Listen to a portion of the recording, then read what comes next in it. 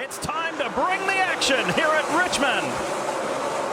And a straightforward start. Our pole man gets out there, but look at Brian Scott in the 2. Already have trouble down in turn 1. 3, 4, 5 cars. Oh boy. David Starr negotiates his way through pretty effectively there. It's really tough from the driver's seat, especially on the start here. Dale, you know this, that you go down in turn 1, it's hard to pick a braking spot, so we'll see what happens. All right, let's take a look from another angle. See if we can decipher what happened here. You certainly have to think that there might have been, well, I was going to say contact, but that doesn't look like contact. That's pretty late to, to start. It's so tough, guys. That car, the 66 car, was already turned all the way around, basically, so. Yeah, a little bit. Yeah, maybe there was some there. David Starr getting into Benny Gordon. Yeah. I didn't see the initial contact. We might want to look at it one more time. But trouble already. Cars in the wall. Danica Patrick, David Ruderman, and more down on the grass. And Kyle Busch. And just made a kind of an erratic move, and the car just jumped out from under. Well, very similar to what happened to Kyle Busch on the first lap of practice yesterday morning, although he was able to just maybe hit the side more than the front. But the car just got loose as she tried to turn down in the corner. Still lined up outside. 3 wide middle. Still 3 middle.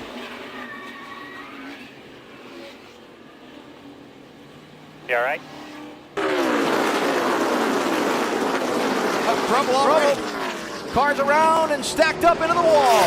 Ricky Stenhouse Jr., Juan Pablo Montoya, and Matt Kenseth. Yeah, it looked like the 42 might have got into Ricky Stenhouse in that 17 car. Yeah, it looked like they were funneling down into turn 1. Not sure if Ricky came down or whether Juan Pablo went up and got to the left rear, but definitely turned him around. Getting down in here. Let's see if Montoya slips up or if Stenhouse comes down. Yeah, racing. We're definitely fighting over real estate. Yeah, certainly Montoya is not down on the yellow line, but he didn't have any extra room there either. Carrying a lot of speed down in there, even though they're just getting through the gears and up to speed. Hey, Lee with a good restart on that outside with the 9 of Tyler Reddick pushing him. And sideways, Bell already sideways in front of the field, slides up the racetrack. He'll stay out of the wall. A little contact with some of the drivers behind him as the caution has come out. I mean, that thing came around. It didn't. A lot of times you see a car shake and wiggle a little bit, then it spins out. That thing just jumped sideways. And you heard him say, when I interviewed him, he said these cars make grip right until they don't. And what that means is you can't feel it. The car doesn't get a little bit loose and then a little bit looser. It just snaps sideways and around you go, and that's what we saw right there.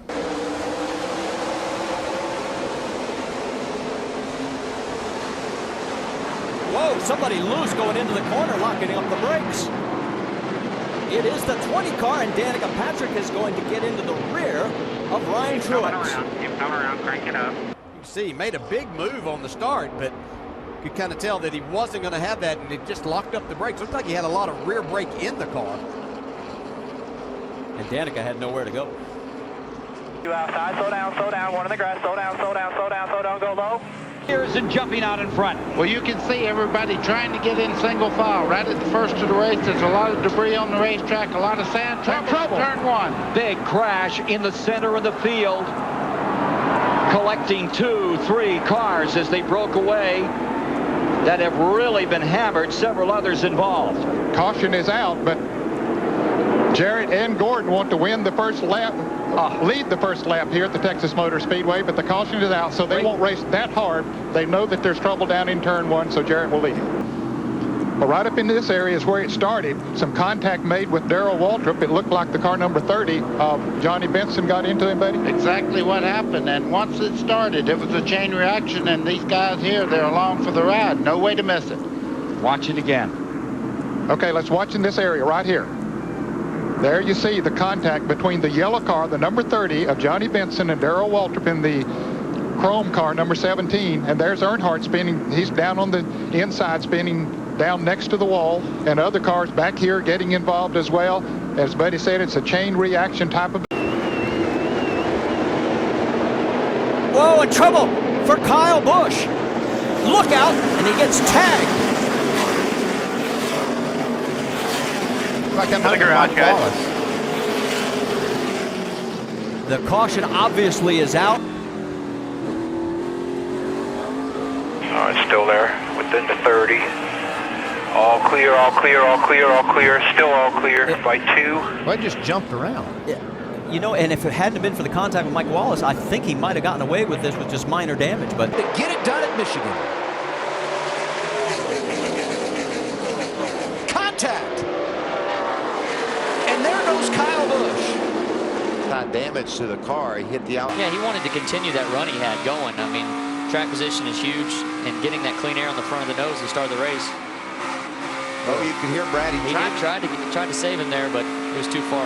Brad came out of the gas and tried to give Kyle. Pull them belts tight one more time. Oh, tonight more than any other night. We're going to do it. Green flag, green flag. Boogity, boogity, boogity, boys.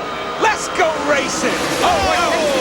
Didn't get up to speed, gets turned around, and we got all kinds of cars spinning. Gary Earnhardt. Oh, they're all torn all to pieces. It's about 10 cars or a dozen cars.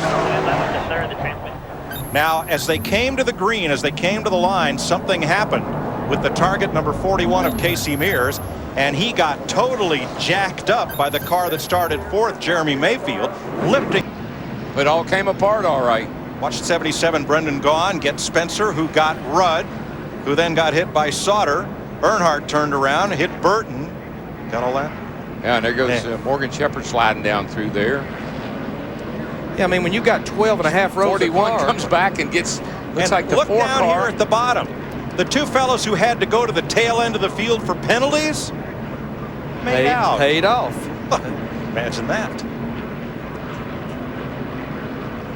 Now fans are voting. Well, let's have another look here. That's in the middle of the pack. Watch that 41 car. He bounces off the outside wall. Now watch him. He starts going backwards. Spencer's setting down. Boyer! No! Gets into Larson, and around goes the rookie. Hold it up there. Lock it down. Oh, goodness. Oh, my gosh. Actually, goodness had nothing to do with it. You can see Larson is up the track. But again, I think he was probably eyeballing the 2 car to his right and just didn't realize that Clint was getting. Turn number 1, Casey Kane and Cole Whitt. Problems early on in turn number 1. Around goes the 7. That is Miguel Paludo. Sideways, as well as Max Pappas in the 9. Travis Kvapil, the 5 truck, The is in bad it luck as well. continues for Travis Kvapil. Looks like the 50 truck of TJ Bell got in the left rear quarter of Travis Kvapil, but that's actually aftermath. There was a situation that happened in front of this right here. You see Miguel Paludo in the 9 of Max Pappas around. It's almost like something happened up in front of these drivers here that caused them to start stacking up, though. Looks like a chain reaction deal, it looked like. Yeah, I saw Carmichael in the 4 truck up there. I saw him starting to stack up, and I think it just chain reaction all the way back through it.